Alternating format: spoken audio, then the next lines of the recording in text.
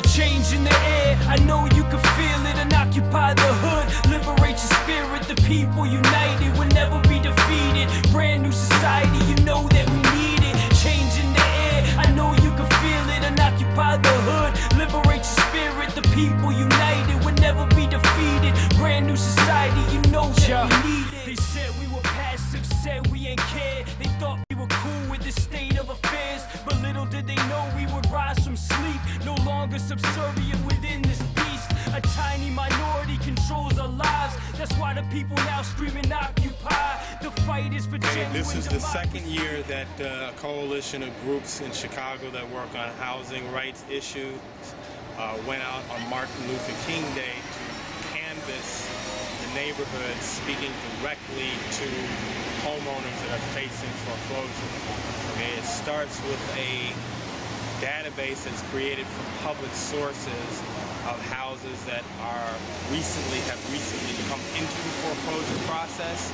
A lot of families who are going through foreclosure, they're dealing not only with the recession, but their own type of depression. Because a lot of people say, look, say you're a homeowner and you're losing your home. A lot of people take it as a failure on their own part, right? They don't put it in a wider context.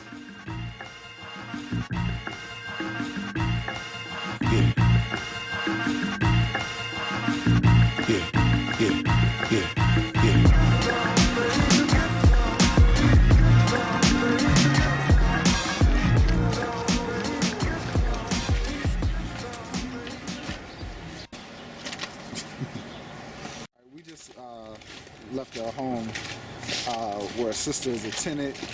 She's been there for over about a year.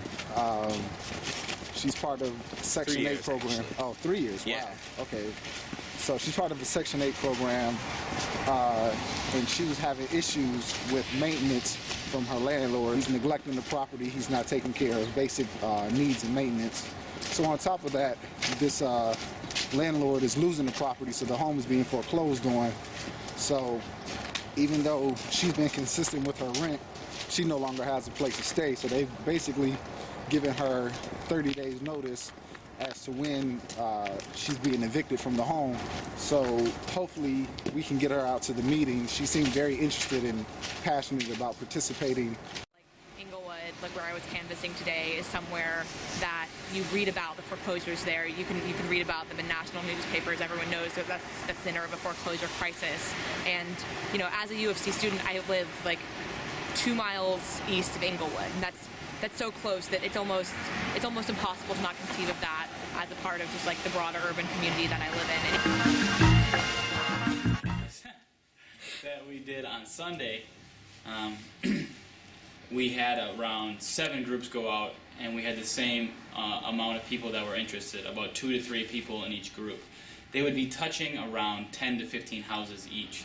So you're having 2 groups touching 10 to 15 houses each, and we had about, you could say, 17 groups go out. So we'll see what happens in this first meeting. I think this first meeting is going to be a construction meeting to see where we're going. There'll be a paralegal here.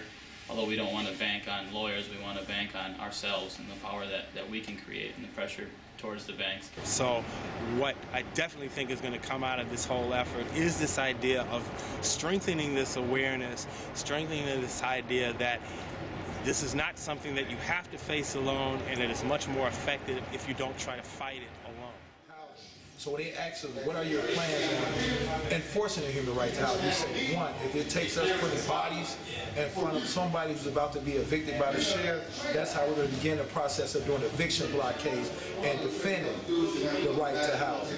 Then if the banks went ahead and put the person out or the sheriff put them out, then we were going to begin the process as the people of the United States to begin to enforce the human right to housing by taking homeless people and matching them up with people who's housing, or taking a homeowner and moving them back in their home. And this is how we begin the process of enforcing the human right to housing.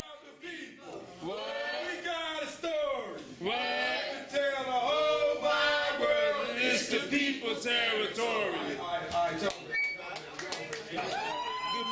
They like society runs, lack of of rights. But Troy Davis getting killed, that's alright. Guess Georgia's sovereign, Iran is not. Now let us all watch the great imperial plot. Unoccupied Afghanistan, unoccupied Iraq, unoccupied Palestine, unoccupied